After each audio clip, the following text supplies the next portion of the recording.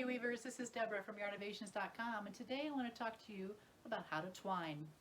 If you take a look here at my projects, you can see that I've made some pot holders, and one of them I just have some simple stripes, and on the other one I have started with some simple stripes, and then I have some angled here. I'm going to talk about how you can twine in two directions in order to either get the stripes or how to get these diagonal shapes. So let's take a look. I'm going to use two different colors so that you can see how they react to one another depending on how you twine. So I have my fabric strips that are cut to 1 1/4 inch. I do 1 1/4 for my warp and my weft, but you can decide what size that you like. I'm going to join these right off because I wanted two different color strands. So I'm going to take the strip of the old one and I'm going to put the new one right on top, the tail of the new one. I'm going to go in under the white one and then under the green one, and then pull it really tight. Now some people like to round the edges of their fabric strips. If you round these edges, then the knot tends to be a little bit smaller. It doesn't really bother me, but you need to decide what you want to do. So now I have these two strips. I'm going to start. I like to start up here in the top right hand corner. So I'm going to take about half of it, go around the pole, and the first warp strand, as well as the tail, because I want to hide that tail in, weave around that tail right from the beginning so I don't have to weave it in at the end. Alright, here we go. When you watch most videos on twining, they always show you the over method. The over method means you have two strands, a forward strand and a trailing strand. The trailing strand will twist over the forward one and then go under the next warp strand. Let's see that again. Now I have the white one is trailing and the green one is forward. So I'm going to twist over the green one and then go under the next warp strand.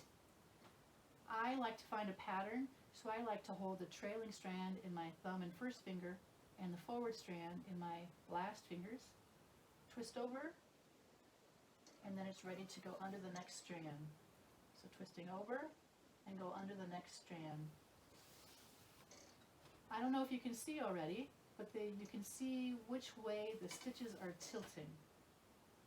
These stitches are tilting up to the left.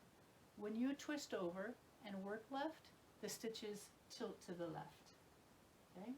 I'm going to continue to twine to this other end so I can show you how to turn. Once you get going, you'll get some muscle memory and you'll get a little bit faster. Just want to warn you though, this first row, whew, it is tricky. It's awkward. Sometimes these warp strands come off the nails. The first row is often the most difficult and annoying. Alright, I don't know if you've noticed here, I just want to stop and say that this fabric has what I call a right side and a wrong side, meaning the color is more vivid on one side than it is on the other. If you really care about that and you want the vivid side to show, then you may have to physically, manually make sure that it's kind of folded in half with the color side showing. But right now this one's kind of already folded over, so the colorful side is automatically doing it. Alright, I've gotten to my slip knot. I start my projects, my warps, with slip knots.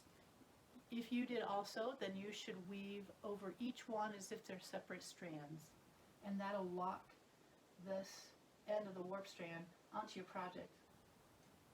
Just the same, I'm going to twist over, go under the first half of the slip knot loop, twist over, and go under the second one. Now I've also gone under the pole, so here's my two ends.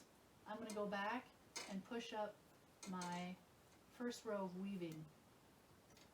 You need to hold on to the warp and then push up.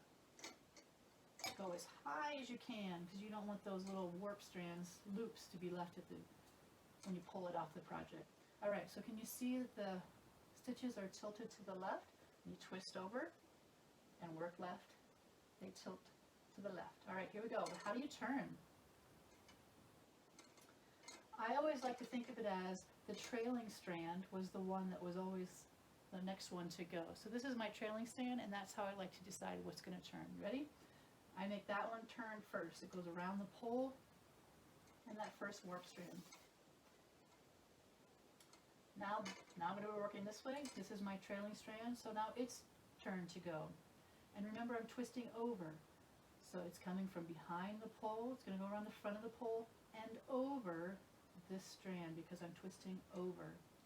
And go under that second loop of the slip knot. Here we go.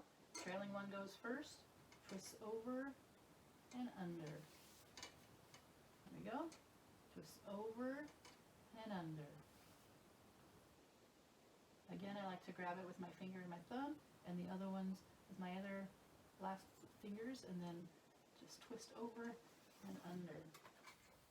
Okay? You'll get some muscle memory, and you'll be able to go quickly across here.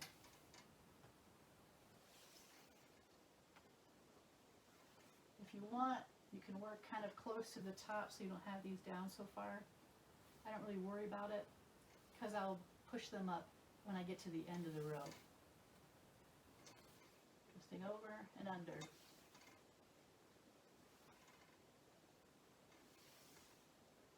All right, last one.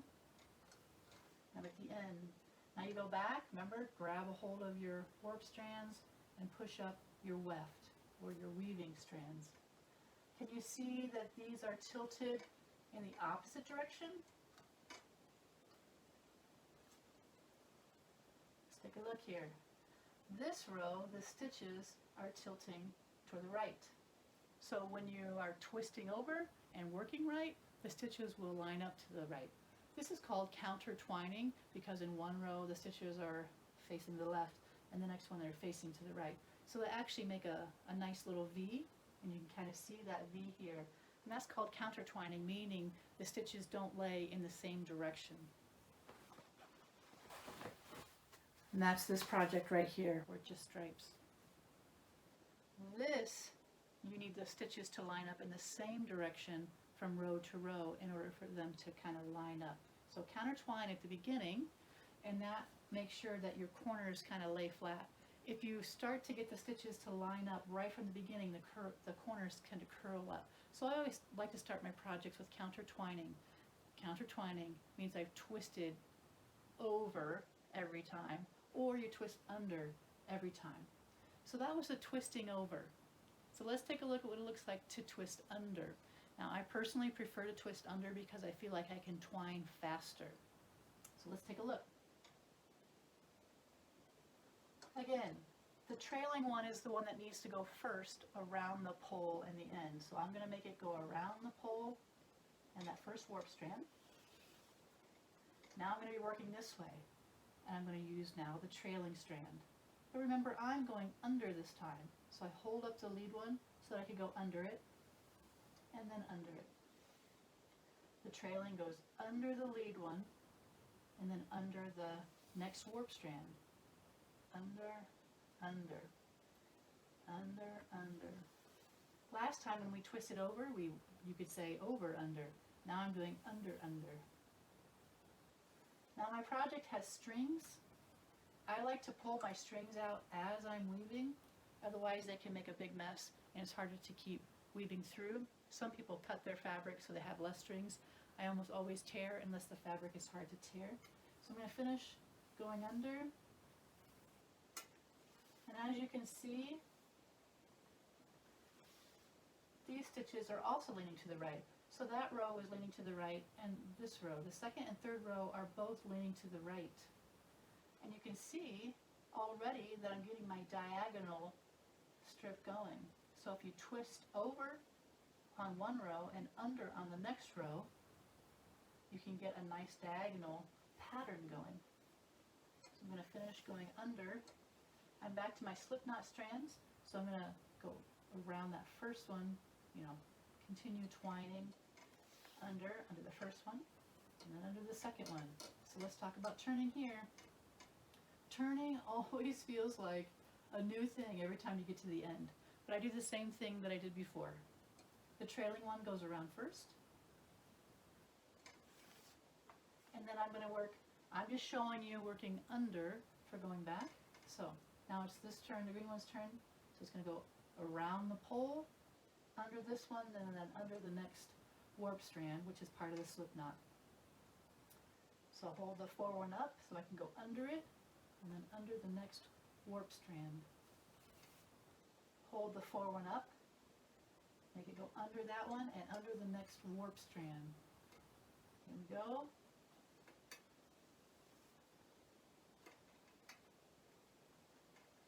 Oh, I'm running out. Add another strip if I'd like. Now let's take a look here.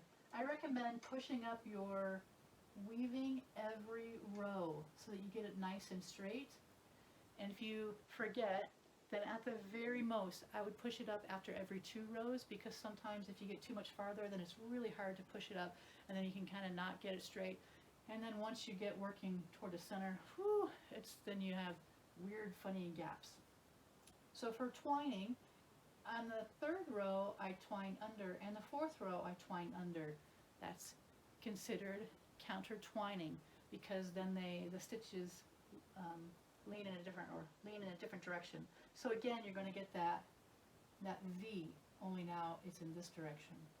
So counter twining is when you twist the same direction both ways.